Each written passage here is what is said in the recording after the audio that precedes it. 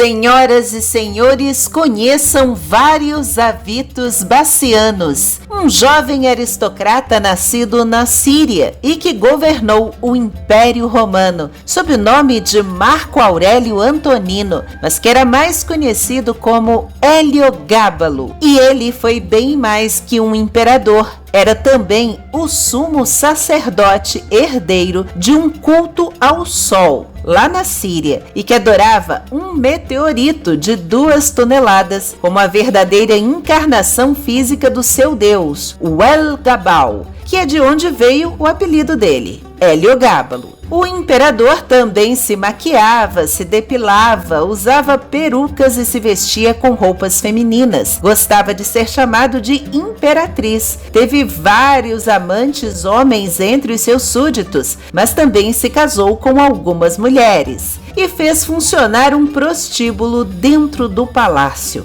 Ele mesmo era quem atendia os clientes nos quartos. Mas se você acha que tudo isso é muito escandaloso e inconcebível para o homem mais poderoso do mundo naquela época, entre os anos 218 e 222 depois de Cristo, é porque ainda não ouviu nem a metade dessa fofoca da antiguidade, desse que foi considerado um dos mais loucos e devassos imperadores de Roma. E olha que a concorrência era bem forte, basta a gente lembrar de nomes como os de Nero e de Calígula, por exemplo, com um longo histórico de depravação, luxúria, incestos e outras bizarrices. Só que o Heliogábalo era tão, mas tão perturbado e pervertido, além de qualquer limite, que quando morreu, Roma fez de tudo para ele ser esquecido, apagado da história. A prática da damnatio memoriae,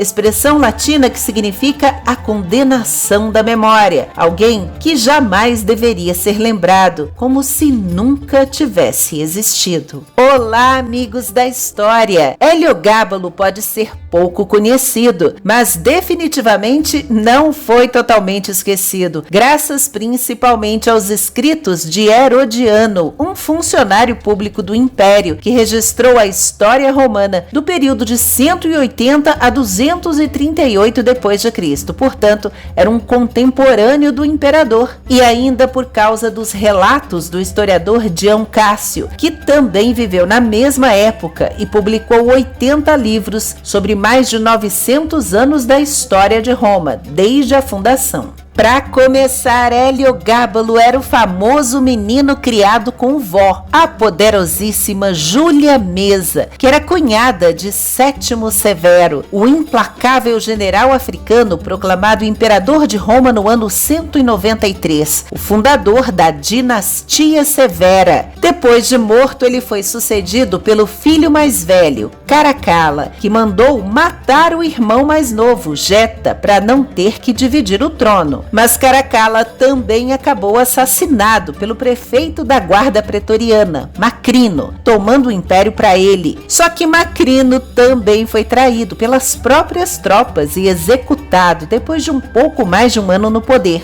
Acontece que essas mortes e conspirações abriram caminho para Júlia Mesa, a avó de Heliogábalo, conhecida pelas tramas e intrigas que induziu as legiões sírias a declararem como imperador o neto dela, garantindo a subida do jovem à sucessão na dinastia Severa. Ela e a filha, também chamada Júlia, e mãe de Heliogábalo, foram as únicas mulheres a participarem de reuniões no Senado Romano, algo que era impensável para aquela época. Então, com apenas 14 anos, o imperador adolescente já chegou causando, abalando Roma, fazendo barulho, até porque levou o seu próprio deus junto com ele, disputando espaço com as divindades do panteão romano, como o respeitado Júpiter, que é o mesmo deus grego Zeus. Heliogábalo nem quis saber e mandou logo construir um templo para a Pedra do Céu, o meteorito, como mostra essa antiga moeda de quase 2000 anos. E ele foi instalado bem ao lado do antigo anfiteatro Flaviano, que hoje conhecemos como o Coliseu de Roma. E durante o festival anual do solstício de verão, o Deus Sol, em forma de pedra, era colocado numa carruagem adornada com ouro e joias e passeava pela cidade, tendo o jovem sacerdote e imperador sentado na direção do meteorito e com os olhos fixados nele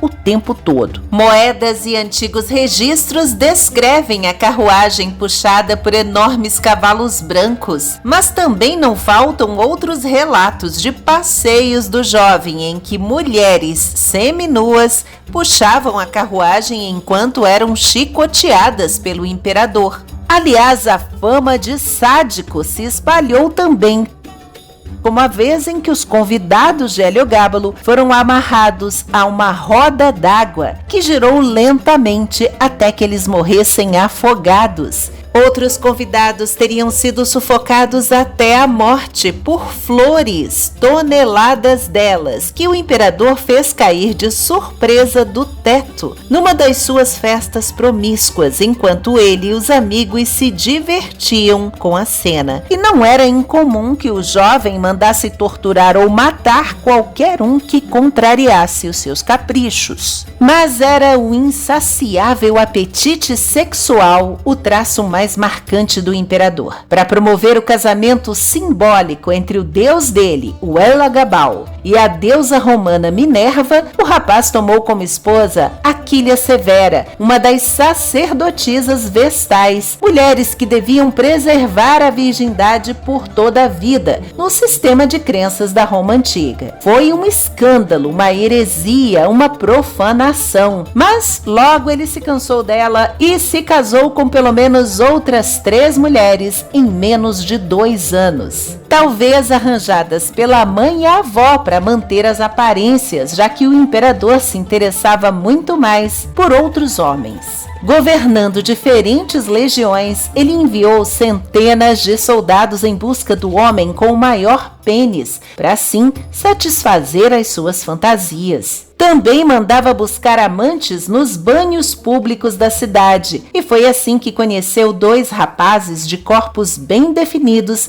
que ele transformou em seus noivos. Um deles era um escravo turco chamado Hierocles, que ganhou uma vaga de cocheiro. O outro, um atleta grego chamado Aurélio Zótico. Um dos papéis favoritos que Heliogábalo gostava de representar era o da esposa traidora, permitindo-se ser pego em flagrante na cama com outro homem por Hierocles, o marido, que então batia no imperador, que aparentemente gostava de apanhar, e às vezes tanto que ficava com os olhos roxos por dias seguidos. Heliogábalo estava fora de controle, já não ouvia mais ninguém, nem a mãe, nem a avó, e seguia promovendo orgias, fazia danças provocantes, afinava a voz quando falava e adorava ser chamado de imperatriz. Transformou os quartos do Palácio Imperial num bordel, em que atendia como se fosse uma prostituta, fazendo até aposta para ver quantos clientes podia ter numa única noite, e chegou a prometer metade do império para quem conseguisse fazer uma cirurgia em que o corpo dele virasse o de uma mulher. Para os atuais historiadores, Heliogábalo provavelmente era transexual.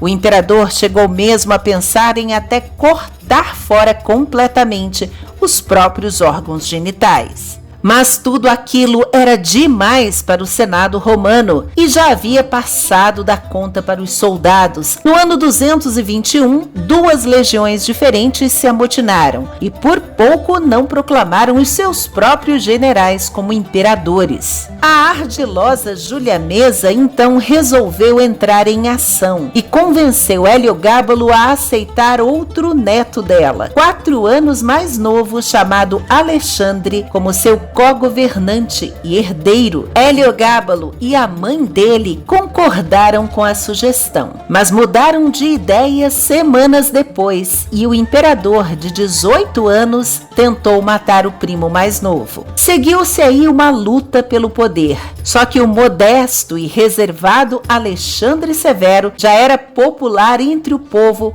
no Senado e especialmente no exército. A própria avó teria avisado as tropas sobre as intenções de Heliogábalo. Ele e a mãe acabaram sendo arrastados pelas ruas pela guarda pretoriana, que esfaqueou os dois, cortou os seus corpos em pedaços e jogou os restos de Heliogábalo no rio Tibre. Agora, é possível que alguns desses episódios da vida escandalosa e curta de Heliogábalo possam ter sido inventados ou relatados com um certo exagero, especialmente pelos inimigos dele. Se você gostou deste vídeo, deixe um joinha, e se já tinha ouvido falar de Heliogábalo, comente aí embaixo. Mas se nunca soube que ele existiu antes, comente também. Muito obrigada por assistir e até a próxima com uma história a mais.